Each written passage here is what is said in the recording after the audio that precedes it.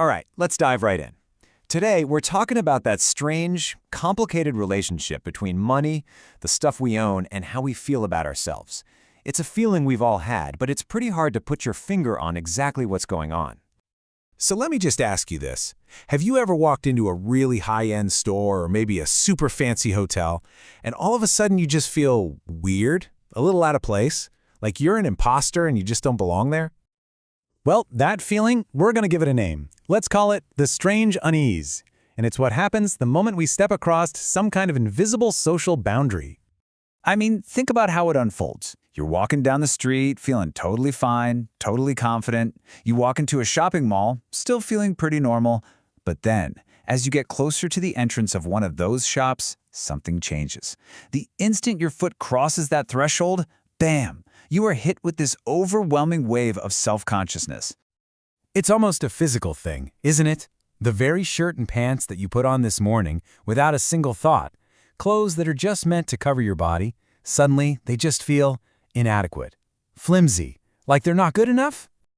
So what is going on there? How does just walking through a doorway have that much power to completely hijack our brain and make us feel so insecure? Well, here's the thing. The answer has less to do with you than you think. It's really about something we have all been going through for our entire lives, whether we know it or not. Let's call it society's training. So, what is social training? It's this quiet, lifelong conditioning process. From the moment we're born, we're soaking up all these unspoken rules about where we fit in the social pecking order. It's not a class you take in school, you just absorb it. And it completely shapes how you see the world and, more importantly, how you see yourself in it. And here is the absolute key. We are trained to immediately recognize when we're in an environment that is above our perceived station in life. And you know what our programmed reaction is? Anxiety. That's why your heart might beat a little faster, why you feel so out of place. It's your brain's alarm system screaming, warning, you don't belong here. So how on earth does this training actually work? Well, one of the most powerful tools it uses is something we can call priced respect. See, society does a really good job of getting us to mix up two very different things: being a good human versus being a valuable human. We're taught that things like kindness, empathy, and your actual character, well, they're nice to have, but what really signals your value, what gets you respect, are the external things. The brand names on your clothes, the car you drive, the size of your house. We literally learn to put a price tag on respect. This quote just nails it, doesn't it? You see it all the time. A security guard at a gate will instinctively give a bigger, more respectful salute to the person in a fancy car than to the person on a scooter. Why? They're both just people, but one is perceived as more important. And it's not a conscious decision, it's a lifetime of that social training kicking in, telling him that price equals worth. But here's the wild part about this entire system. It's incredibly fragile. It's a house of cards. Just imagine a real crisis hits. An earthquake, a flood, heck, let's go with a zombie apocalypse.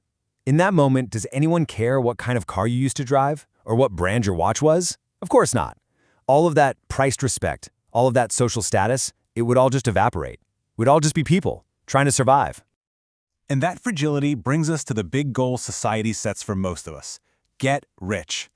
But what if the very thing we're all chasing is actually its own kind of prison?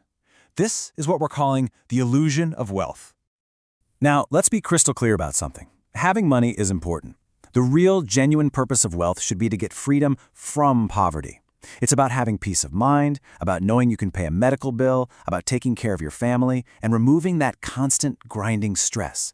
That's a real, worthy, and important goal. The real problem is what can happen next. Because for a lot of people, the moment they finally break free from the chains of poverty, they don't find freedom. They just walk straight into a different kind of prison cell. There's a perfect word for this trap: Maya Jal. It translates to a web of illusion. You know, it's something that looks beautiful and alluring from the outside, but once you get caught in it, it just starts to consume you. And that's the trap of just chasing wealth for its own sake. And what's at the very center of this web? It's one single, incredibly destructive word: more. More money, a bigger house, a faster car, more status. It's a race that has no finish line. If you ask someone who's caught in this cycle, hey, what's your number? How much is enough? They don't have an answer. The only answer is always just more. Okay, so if escaping poverty is just step one, and the endless chase for more is just another trap, then what is the real goal here? What does true freedom actually look like? The actual goal is something called mukti, which means true liberation. And this is a huge distinction. This isn't just about being free from the problems of poverty. It's about being free from the obsession with wealth itself. It's about finally breaking the chains of more. Mukti is all about your internal state. It's about reaching a level of detachment where your happiness, your inner peace, is no longer tied to the things you own. You can still enjoy nice things, for sure, but your sense of self-worth isn't dependent on them. And this quote, this just captures the idea so perfectly. Imagine you own a really expensive shirt. Let's say it costs thousands. Liberation is getting to a place where if your kid accidentally spilled something on it and ruined it, your first honest gut reaction would be, hey, it's just a shirt. It's okay.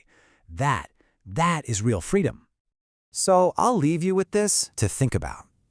If the struggle of poverty is one set of chains, and the endless obsessive chase for more and more wealth is another set of chains, then what does true freedom really look like for you?